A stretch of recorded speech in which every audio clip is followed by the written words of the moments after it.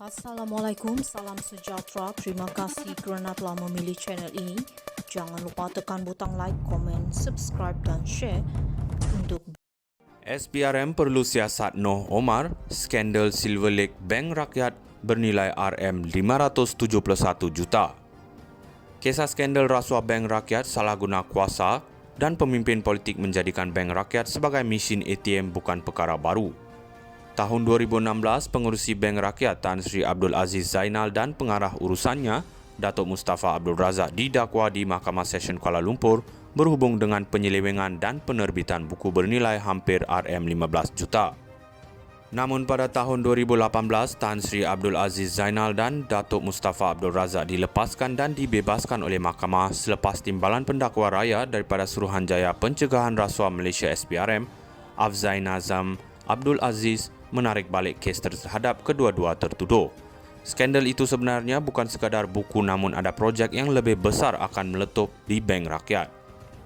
CEO Bank Rakyat ditukar silih berganti. Pada Jun 2021, Menteri Pembangunan Usahawan dan Koperasi ketika itu Datuk Seri Dr. Wan Junaidi Tunku Jaafar mengumumkan pelantikan Datuk Syed Abdul Aziz Syed Hassan sebagai Ketua Pegawai Eksekutif Bank Rakyat. Prestasinya sebagai CEO pemangku Bank Rakyat sejak 14 November 2020 dengan prestasi kewangan RM1.44 bilion serta pembayaran dividen sebanyak 13% kepada anggota bagi tahun kewangan berakhir 31 Disember 2020. Ketika Tan Sri Noh Omar dilantik sebagai Menteri Usahawan dan Koperasi tahun 2021, Noh selepas itu merombak lembaga pengarah Bank Rakyat kepada orang-orangnya, malah Datuk Rani, pengerusi Bank Rakyat pun mengaku menjadi orang Tan Sri Noh Omar. Menurut sumber CEO Datuk Syed Abdul Aziz Syed Hassan dan pengerusinya Datuk Rani terpaksa menurut apa saja arahan yang diberi oleh Tan Sri Noh untuk kepentingan kroni dan proksi Noh Omar di Bank Rakyat. Noh Omar benar-benar menjadikan Bank Rakyat sebagai mesin ATM mengarah keluar dana projek Bank Rakyat untuk kroninya. Sehingga ke hari ini, majoriti lembaga pengarah Bank Rakyat masih budak-budak Noh Omar. Skandal Silver Lake bukan baru. Projek Core Banking Replacement Project dilaksanakan Bank Rakyat dengan kontrak RM571 juta akhirnya menjadi medan penting untuk Tan Sri Noh Omar memerah duit Bank Rakyat.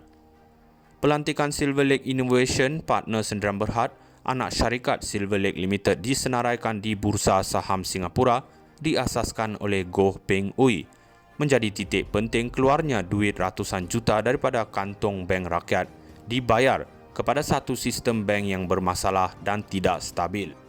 Silver Lake dikatakan sebelum ini pernah menjadi kroni iaitu Datuk Seri Hamzah Zainuddin Menteri Perdagangan Dalam Negeri Koperasi dan Kepenggunaan yang meluluskan Silver Lake. Datuk Mustafa Abdul Razak diseret ke mahkamah pun ada hubung kait dengan projek Silver Lake. Bagi nilai projek RM571 juta Silver Lake ini ditunjukkan terdapat salah guna kuasa kerana tuntutan melampaunya tanpa melaksanakan kerja berkenaan. Kini terdapat usaha melobi projek pendigital sepenuhnya Bank Rakyat bernilai RM1 bilion dikejar oleh Silver Lake. Dalam satu dokumen tuntutan bayaran yang dilihat oleh The Corporate Secret, syarikat Silver Lake membuat tuntutan tidak masuk akal kepada kerja-kerja yang tidak dilakukan sehingga mengundang kepada siasatan SPRM. Konsultan yang meluluskan kerja hanya menilai dalam RM100 juta namun bayaran dituntut ialah RM500 juta menyebabkan CEO Bank Rakyat Datuk Syed Abdul Aziz Syed Hassan tidak mahu menandatangani tuntutan bayaran memandangkan konsultan hanya meluluskan RM100 juta sahaja. Malah selepas Tan Sri Noh tiada di Bank Rakyat pun, beliau kekal mendabik dada nak projek dan pinjam Bank Rakyat jumpa Tan Sri Noh Omar. Tak payah jumpa Menteri Medak, Datuk Ewan Benedict, semua selesai cepat.